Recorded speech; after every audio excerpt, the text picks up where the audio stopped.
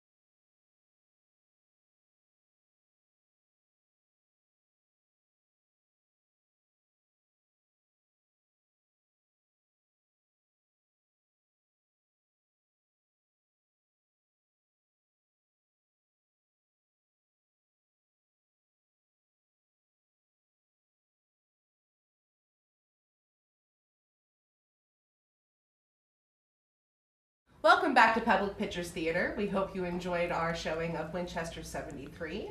Guys, what did you think about the movie? Tim? I thought it was a kind of standard Western.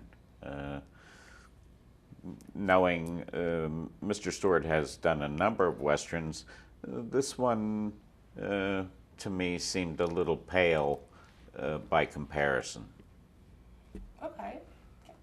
Abdul, what do you think? I liked the movie. I think it was something that, changed the things that we saw from Jimmy Stewart, and I think even the story was beautiful, and how everything came up and to the end, and the story started with something we did not expect and ended with something we did not expect. So I like it. Yeah. I'd like to build off of Abdul. I haven't really watched many Western movies or anything, and I don't think that this follows the plot line of a typical Western of not having very much information at the beginning. Because I know at points I was like, what's the actual story going on here? And then it's all solved in like the last 10 minutes. And I think that's really cool. Yeah. And I think that's like kind of different for the period. Yeah, I'm not really a big fan of Westerns, but I actually really enjoyed watching Winchester 73. When she's talking about her role as Lola, Shelley Winters said, "If I hadn't been in it, would anybody have even noticed?" What do you think? Was Shelley Winters necessary for this film? Well, I might agree somewhat with Shelley. seeing her name in the credits as the film began, that increased my interest. She usually adds a strong character to the film she's in, and I thought here it was really relatively insignificant. It allowed for the plot to set up her intended as a coward, and it allowed a very subtle interplay between she and Mr. Stewart, but nothing that you really felt was substantial. Or so for me, her appearance was somewhat insignificant to the main plot, and her role was not typical of what I expect from her. Right. I would say, beginning of the movie, she came out, and I thought she still have a role in the movie, and then it comes out, in the middle of the movie and the end of the movie, she didn't have any much of like a big role in the movie, but at the same time, she added her touches in the movie. So I would agree that she did not have big of a role in the movie, but at the same time, it looks good to see her, every once in a while, in the beginning, in the middle, and in too many shots of the movie. Yeah, it kind of breaks it up a little bit from Yes. just boys chasing a gun. Yes, exactly. Yeah.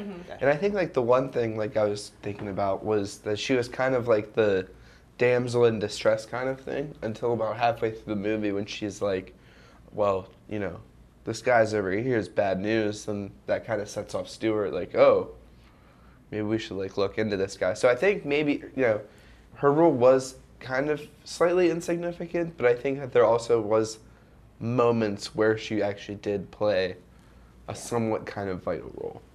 I think if any other actress might have played this role, it probably would have gone unnoticed. But Shelley Winters has such a great presence on screen. And like you said, when you see her name in the credits, you're already expecting something. I mean, I think it was insignificant, but it added just enough touch of romance to the film to give away from the feud that was going on. Mm-hmm. The whole movie we're wondering what exactly happened between Lynn McAdam and Dutch Henry. Finally, in a short scene in the end, it's revealed to us that the two enemies are brothers and Dutch Henry shot his father in the back. What did you think about this short reveal at the end of the film? I honestly enjoyed it. I was wondering what was happening in the beginning, and I was waiting for why are they in this, in all of this. I wanted to know what is going on, who is Dutch. And then it just made me want to know till the end of the movie, just to see the movie and see everything going on, Mm-hmm. And when it came to the end of the movie, I was like, what? They're brothers? So I think it actually added something to the story, to the whole movie, and it made it, it made it unique. It made it different than other movies. It's almost like the M. Night Shyamalan plot twist back in the day kind of thing. Because I know, like I said earlier, it was what's really the plot of the movie, and then it all wraps up right at the end. Because I thought it was about a gun the whole time. And you're like, why is this gun so significant? And then also, I think they foreshadow a little bit at the beginning when they're doing the rifle shoot. And they're like, oh, you must have learned from a good guy. And Jimmy Stewart's like, yeah, similar guy. And it's like, oh, well, maybe there's some type of relationship there. But I think it was definitely a different way to end the movie than what you thought. Yeah, and I like what you said about the foreshadowing, because there is that little hint that gives you that there's a little bit more history between these two gentlemen. Yes. I think I would have liked to have seen a little bit more development throughout the movie of that story instead of just summing it up in like 30 seconds at the end. Yeah. Yeah. Like talk about like why did he shoot his dad in the back? Like what happened there? Yeah. Or it gave Elaborate more, a little more. yeah, and it gave more hints. I would love to see like when they would have given more hints when they were shooting, when they were saying you learn from the same man. So that was kind of interesting if they added a little bit of, Right, because when that happened in the movie, I wasn't thinking, oh, they're brothers. Yeah, I was thinking, oh, they learned from the same yeah, guy. they were Maybe they were working in the together same army or together. something. Army, yes, Mhm. yeah. Yeah. So, do you think that this role was one of Jimmy Stewart's standout roles, as far as his career goes? I'm not sure of the historical significance that you cited, that it was something that regenerated his career after some early, after the war startups. For me, I found it a little disappointing overall as a film, and one, because I was unsure of the plot line with the title Winchester 73 and knowing the little bit I did about the movie, there was no setup on why that gun was so important. Nothing about its history, nothing about what changed in previous guns into it. So I was still wondering what the allure of the particular rifle was. And although it showed Mr. Stewart in some pretty aggressive scenes, I just felt overall the film stayed at a relatively even level. Unlike what I find my favorite Western from Mr. Stewart is Destry Rides Again. I agree. The movie was in a in an even form for the whole movie, but I certainly enjoy it, and I think Jimmy Stewart, whatever he makes a movie, it makes it different. It makes it beautiful. So I think the one thing for me that was Jimmy Stewart was like this Western actor and everything like that, but a lot of the fight scenes and everything don't really have Jimmy Stewart in it, because you see Steve and Lola running away from the Indians and all that stuff, and it doesn't really focus on Jimmy Stewart.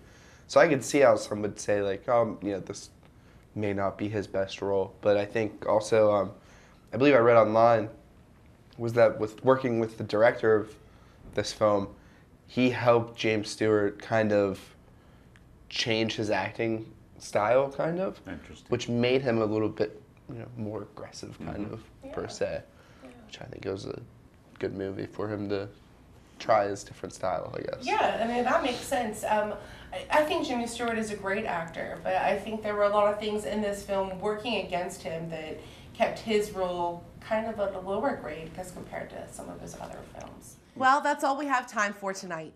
We here at Public Pictures Theater would like to thank Tim Harley and the Jimmy Stewart Museum for hosting this episode, and encourage all of our viewers to visit the museum to learn about the history of Jimmy Stewart and his films. Thank you for watching Public Pictures Theater and our presentation of Winchester 73.